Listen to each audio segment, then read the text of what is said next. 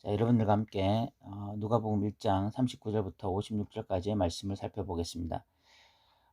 누가복음 특이하게 이 세례 요한의 아버지, 어머니, 그리고 세례 요한이 어떻게 탄생하게 되었는지, 그 이름이 어떻게 세례 요한이 되었는지 이런 이야기도 등장하고, 또 마리아와 세례 요한의 어머니가 친척이었다 이런 이야기도 등장하고, 또 세례 요한이 예수님보다 6개월 먼저 탄생했다 이런 구체적인 내용들이 잘 나와 있습니다. 다른 복음서에는 없는 내용들이 이렇게 등장하고 있는 것입니다.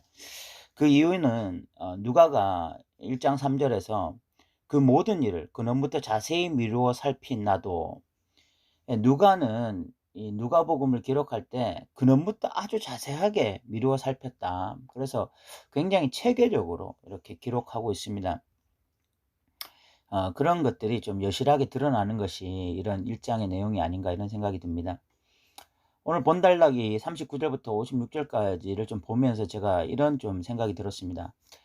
어, 굉장히 유명한 또 굉장히 영향력 있는 사람의 부모가 된다는 것은 어떤 심정일까?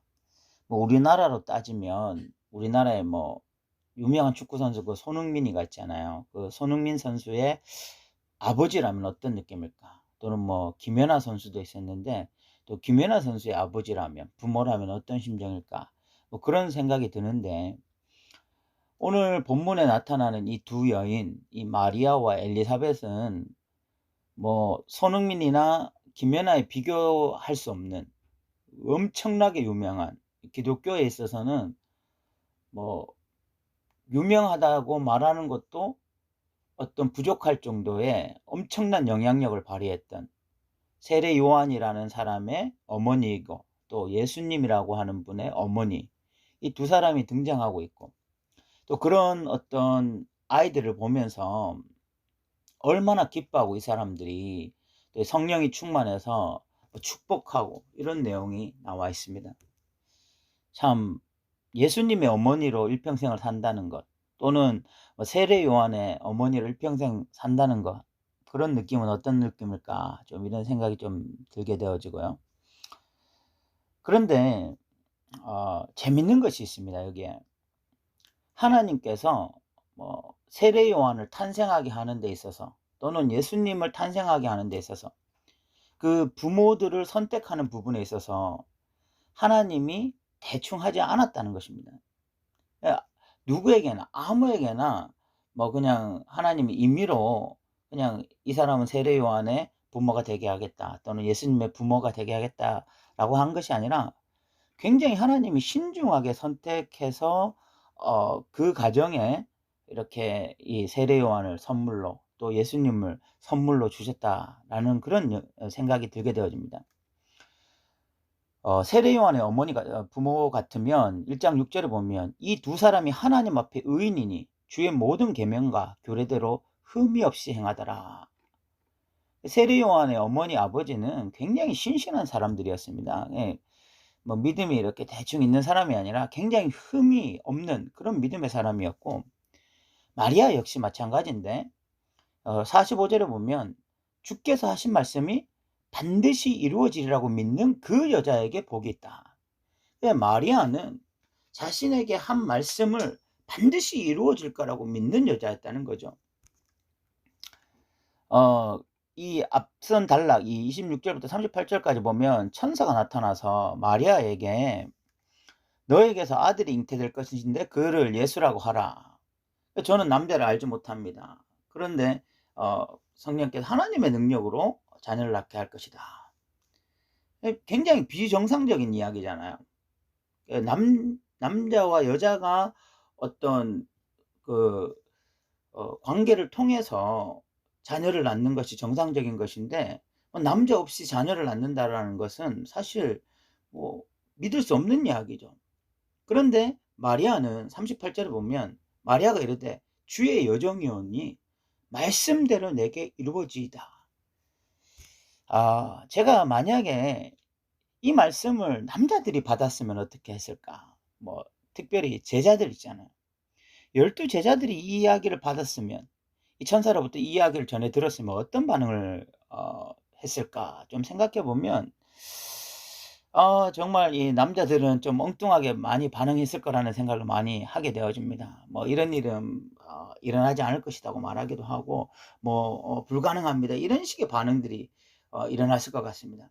그런데 마리아는 "주의 여종이오니 말씀대로 내게 이루어지이다." 그리고 45 절에 보면 주께서 하신 말씀이 반드시 이루어지리라고 믿는 그 여자에게 복이 있다. 마리아는 보통 믿음의 사람이 아니에요. 마리아도 그렇고 또 사가랴, 뭐 엘리사벳 다 똑같습니다. 하나님이 세례 요한이라고 하는 사람 또는 예수님을 그냥 뭐 무작위로 어떤 그냥 아무 가정에 이렇게 나게 하신 것이 아니라 하나님께서 선별하셨던 거죠. 세례 요한의 부모도 하나님이 선별하셔서 정말 신실한 부모 밑에서 세례 요한이 나게 하시고, 또 이렇게 정말 신실한 믿음의 가정에 이런 믿음의 부모에 또 예수님이 나게 하신 것입니다. 정말 이 훌륭한 자식 밑에는 훌륭한 부모가 있다 이런 말도 있는데, 정말 우리도 훌륭한 부모가 돼야 될 것 같습니다. 정말 또 우리가 이렇게 훌륭한 믿음의 부모로 서 있을 때 우리에게도 참 귀한 자녀들이 믿음으로 이렇게 온전히 세워지지 않을까, 또 이런 생각도 좀 해보게 되고요. 그리고 오늘 또 이 본문에 보면 이 엘리사벳이라는 여자도 굉장히 성령이 충만하죠. 보통 여자가 아닙니다. 마리아가 자신의 어떤 뱃속에서 남자 없이도 자녀를 낳을 줄로 믿었다면 이 엘리사벳도 이 지금 세례 요한을 지금 뱃속에 지금 품고 있는 지가 한 6개월 정도 되었는데 성령이 충만해서 마리아를 봤을 때 뭐 "여자 중에 내게 복이 있다."라고 막 축복해 주면서 무엇이라고 고백하는가 하면 43 절에 보면 "내 주의 어머니가 내게 나오니." 성령이 충만해서요. 지금 이 마리아의 뱃속에 내 주가 계신다. 내 주님이 계신다. 이렇게까지 고백할 정도로 굉장한 믿음의 사람이었던 것입니다.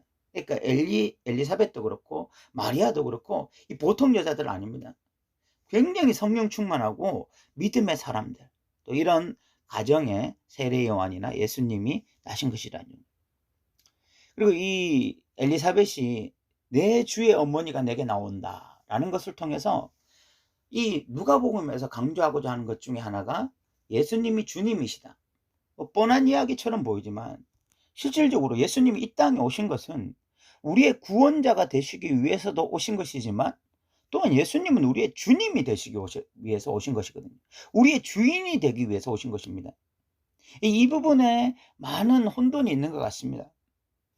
기독교인들이 예수님이 우리의 구원자가 돼서 내가 천국 백성이 되는 것은 인정하지만, 예수님이 내 삶의 주인이 되어져서 내 삶을 통치하고 이끄는 것에 대해서는 거부하는 그리스도인들이 너무 많이 있거든요. 그래서 우리가 이 누가복음을 보면서 이 엘리사벳처럼 성령이 충만해서 예수님을 구원자로 고백할 뿐만이 아니라 예수님을 주님으로 고백하게 되어지는 이런 일들이 반드시 또 이루어져야 된다. 좀 이런 생각들이 좀 들고요. 그리고 우리가 이제 이 마리아의 고백을 좀 살펴보면, 마리아가 이 엘리사벳이 성령이 충만해서 하는 이야기를 듣고는 46 절부터 이렇게 찬양하는 내용이 나옵니다.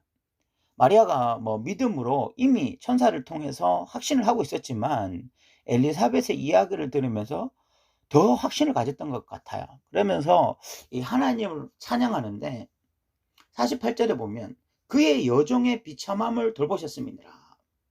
이제 후로는 만세의 날을 복이 있다 일컬으리로다." 이렇게 말을 합니다. 안 그렇겠습니까? 예수님을 잉태할 여자니까, 예수님을 자기 뱃속에 품었다가 예수님을 잉태할 여자니까 완전히 비참한 상태에서 완전히 복이 있는 상태로 바뀌는 거겠죠. 그러니까 이 마리아가 이런 고백이 터지는 거고 이런 찬양이 터지는 거겠죠. 그러나 이것은 마리아의 고백뿐만은 아닌 것 같습니다. 우리 역시 마찬가지입니다.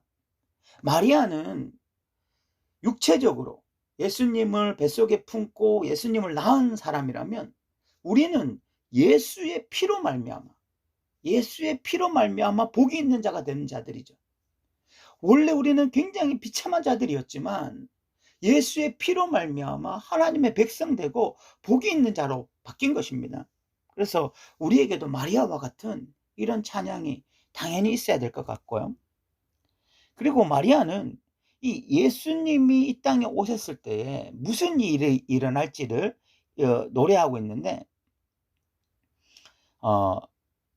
51절부터 보면 그의 팔로 힘을 보이사 마음의 생각이 교만한 자들을 흩으시고 권세 있는 자를 그 위에서 내리치셨으며 비천한 자를 높이셨고 줄이는 자를 좋은 곳으로 배불리셨으며 부자는 빈손으로 보내셨도다. 이 51절부터 53절까지를 보면 세상이 전복이 된다. 부자와 가난한 자가 완전히 뒤집어지고 권세 있는 자와 비천한 자가 완전히 상황이 바뀌어지는 새로운 세상이 오는 거죠. 새로운 나라가 오는 것입니다. 그것이 바로 하나님 나라입니다. 하나님 나라는 세상 나라와는 완전히 다릅니다.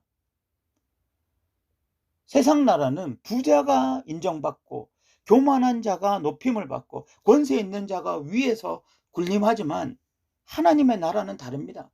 예수님이 이 땅에 오셨을 때는 교만한 자가 흩어질 것이며 비천한 자가 높아질 것이며 줄이는 자가 배불러지게 될 것입니다. 세상이 완전히 전복되게 될 것입니다. 하나님의 나라가 등장하게 될 것입니다. 바로 이 마리아는 그것을 기대하면서 지금 찬양을 부르고 있는 것입니다. 우리가 하나님의 백성이라면 우리에게 이런 찬양이 있어야지. 이런 수준 높은 찬양이 있어야 되는 것입니다. 하나님 나라와 세상 나라가 다른데 하나님 나라에 속해 있으면서 여전히 교만한 자가 되기를 꿈꾸고 여전히 권세 있는 자가 되기를 꿈꾸고 여전히 부자가 되기를 꿈꾸면서 여전히 세상 나라의 어떤 하녀로서 시녀로서 그렇게 헌신하고 있다면 그 자가 정말 예수를 믿는 자인가 우리가 돌아봐야 됩니다. 오늘 우리가 짧게 한번 이 39절부터 56절까지를 살펴보았는데, 예수님과 세례 요한은 그냥 아무 집에서 태어난 것이 아니라 하나님이 정말 잘 선별하여서 정말 믿음의 부모 아래서 이들을 태어나게 하셨다. 그런데 이 엘리사벳이나 마리아가 보통의 믿음의 사람들이 아니다. 정말 성령 충만한 사람들이고 그 말씀하신 대로 믿는 그런 사람들이었다. 그리고 마리아가 자신의 비천함을 돌보셨다고 고백하며 이제 나는 복이 있는 사람이다 이렇게 고백했던 것처럼 예수의 피로 이제 예수와 하나 된 우리 역시 마리아와 같이 동일하게 고백하며 예수님이 이 땅에 오셨을 때는 세상이 전복되는 것이다. 세상의 가치관, 세상의 어떤 시스템과는 전혀 다른 하나님 나라, 그 나라가 이제 도래하는 것이다. 그래서 우리는 이제는 세상 나라의 어떤 시녀로 살아가는 것이 아니라 하나님 나라 백성으로서 당당하게 이 땅을 살아가는 자들이다. 이렇게 말을 할 수 있겠습니다. 오늘 또 여러분들 들어주셔서 감사합니다.